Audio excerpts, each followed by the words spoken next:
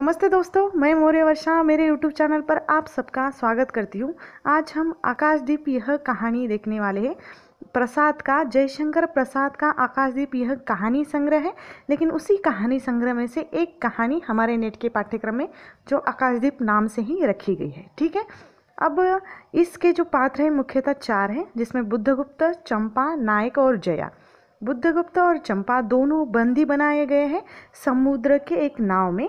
और जो मणिक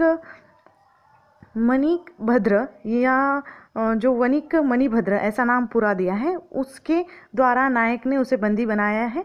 और बुद्धगुप्त ताम्र तिप्ति का क्षत्रिय है और चंपा क्षत्रिय बालिका ही है। चंपा के पिता यानी जो प्रहरी का काम करते थे वणिक मणिभद्र के यहाँ। ठीक है, अब वहाँ क्या होता है, उस कहानी के जो विषय है मैं आप लोगों को पहले बता देती हूँ, बाद में इसकी कथा वस्तु जो है हम देखेंगे। ठीक है, इसमें जलदस्युओं के जीवन की कथा है और आकाशदीप यहाँ एक प्रतीक रूप में है। नारी का अंतर्द्वंद्व मनोदशा का चित्रण है, प्रेम और घृणा पर आधारित है। कर्तव्य निष्ठ नारी का चित्रण है, प्रकृति चित्रण से नारी की भावनाओं को उजागर किया है। और बुद्धगुप्त की जो प्रेम कथा इसमें आई हुई है। ठीक है, अब चंपा का इसमें जो निस्वार्थ प्रेम भी हमें इसमें दिखाई देता है। अब होता ऐसा है कि जब कहानी की शुरुआत होती है तो 2 बंदी है और एक दूसरे को आज़ाद करते हैं, और एक में वो चंपा है और दूसरी बुद्धगुप्त यानी समुद्र के यहाँ। होता ऐसा है कि जब वो आज़ाद होते हैं तो नायक वहाँ पर आता है और द्वंद्व युद्ध के लिए बुद्धगुप्त को यानी एक बंदी को वह द्वंद्व युद्ध के लिए ललकारता है। और उन दोनों में द्वंद्व युद्ध होता है तो वो बुद्धगुप्त जीत जाता है और उस जो नाव है उस नाव का वो मालिक बन जाता है। और इसी से वो प्रभावित होती है, चंपा बुद्धगुप्त से प्रेम करने लगती है। जैसे ही एक दूसरे को जानने लगते हैं तब पता चलता है कि जो प्रहरी जो चंपा के पिता थे उनकी जो जल समाधि हुई थी, उस जल समाधि का कारण यानी वणिक मणिभद्र के यहाँ जो चंपा के पिता काम करते थे और बुद्धगुप्त के द्वारा उस पर आक्रमण करने की वजह से शायद वो अंत में उन्होंने जल समाधि ली थी। इसलिए वो बुद्धगुप्त को अपने पिता का हत्यारा मानती है। एक तरफ तो उन दोनों में बहुत प्रेम हो जाता है, एक तरफ तो वो प्रेम भी करती है और दूसरी तरफ वह बुद्धगुप्त को अपने पिता का हत्यारा भी मान बैठती है।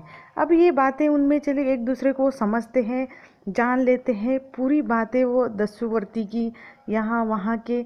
और एक जो नाव से चलते चलते एक द्वीप पर जाते हैं तो वहाँ एक द्वीप को नाम वह बुद्धगुप्त चंपा द्वीप ऐसा नाम देता है। यानी चंपा बहुत खुश हो जाती है, तो वह करती कि मैं तुम्हें क्षमा भी कर देती हूँ और मैं विश्वास भी करती हूँ। लेकिन कैसे? वह अपने जो पिता के हत्यारे को यानी वो अपने पिता की कथा बताती थी कि जिस तरह पिता अपना काम करने के लिए चले जाते थे, बहुत दिनों तक वापस नहीं आते थे, तो उसकी माँ जो उस द्वीप पर बहुत सारे आकाश दीप जलाती थी और उस आकाश दीप के द्वारा ये प्रार्थना करती थी कि भगवान से आने वाला व्यक्ति जल्दी ही वापस आ जाए। इसलिए वो प्रतीक रूप में है कि आकाश दीप वो लगाती थी कि आने जो घर से गया है वो जल्दी ही वापस आएगा। ऐसी उसकी माँ अपने पति के लिए लगाती थी। और जब ये चंपा भी वहाँ जाकर ऐसे ही दीप जलाती है, उस दीप को जलाते हुए जब बुद्धगुप्त उसे देखता है तो वो कहता है ये आपको ही जलानी चाहिए क्या? दूसरा कोई भी, आप वहाँ की रानी है तो आप दूसरा कोई भी वहाँ पर दीप जला सकता है, लेकिन वो नहीं कहती कि मैं ही खुद जलाऊंगी, क्योंकि मेरी माँ अपने मेरे पिता के लिए जलाया करती थी, आज मैं जला रही हूँ। और यानी एक जो व्यक्ति अपने से दूर जाता है वो वापस आने की एक आशा रहती है, वो आकाशदीप में, ऐसा उसने कहा है। और दोनों में प्रेम होता है। वह जो आदिवासी समारोह में चंपा का वन देवी जैसा श्रृंगार किया जाता है, जब वहाँ जाती तो जया उसे कहती है कि आप लोगों की दोनों की शादी है आज, लेकिन वो शादी थी, इसमें दिया है कि वो शादी तो करती, उन दोनों का मिलन तो होता है, यानी वह दोनों आलिंगनबद्ध तो होते हैं, लेकिन चंपा उसके साथ यानी बुद्धगुप्त के साथ भारत जाने के लिए तैयार नहीं होती। बुद्धगुप्त उन्हें कहता है भी है कि तुम मेरे साथ भारत चले जाओ चलो और हम दोनों यहाँ से पूरा धन लेकर भारत चले जाएंगे। लेकिन वो जाने के लिए नहीं तैयार होती। वो कहती कि मैं यहीं रहकर यहाँ के लोगों के लिए काम करना चाहती हूँ और तुम चले जाओ। वो कहते कि तुम अकेली यहाँ रहकर क्या करोगी, कैसे रहोगी। फिर भी वो यहाँ से जाना नहीं चाहती। फिर बुद्धगुप्त अकेले लौट चलता है और चंपा यहीं पर उस द्वीप पर रह जाती है। और रहने के बाद जैसे ही उसे पता चलता है कि उस दीप स्तंभ से वह जो नाव है बुद्धगुप्त की चली गई है, तो उसके आंखों से आंसू बहने लगते हैं। यानी उसे दुख भी होता है वो चले जाने। और बहुत सारे आकाशदीप वो जला रही है। कितनी ही शताब्दी की पहले की एक कथा है, ऐसा कहा गया है इसमें। और चंपा आजीवन उस जो दीप स्तंभ है उसे जलाती रही है। किंतु जैसे जैसे दिन बीतते गए, जैसे जैसे वहाँ पर दूसरे निवासी आते गए, तो उस देवी की यानी चंपा देवी के नाम से वहाँ पर पूजा करती रही। यानी इस कहानी में ऐसा बताया कि एक दो व्यक्ति किस तरह अपने कर्तव्य को वह निष्ठ रहते हुए, एक नारी अपने प्रेम को त्याग देती है लेकिन कर्तव्य को श्रेष्ठ समझते हुए, प्रेम को न अपनाते हुए अपने कर्तव्य के प्रति वो निष्ठावान रहती है।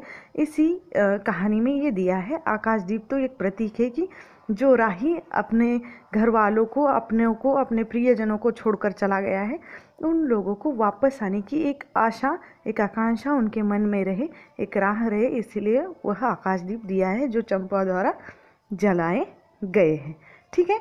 इस कहानी में आकाशदीप में आपको 4 पात्र ही याद रखने, जिसमें प्रमुख बुद्धगुप्त और चंपा, नायक और जया, तो एक गौण पात्र इसमें आए हुए हैं।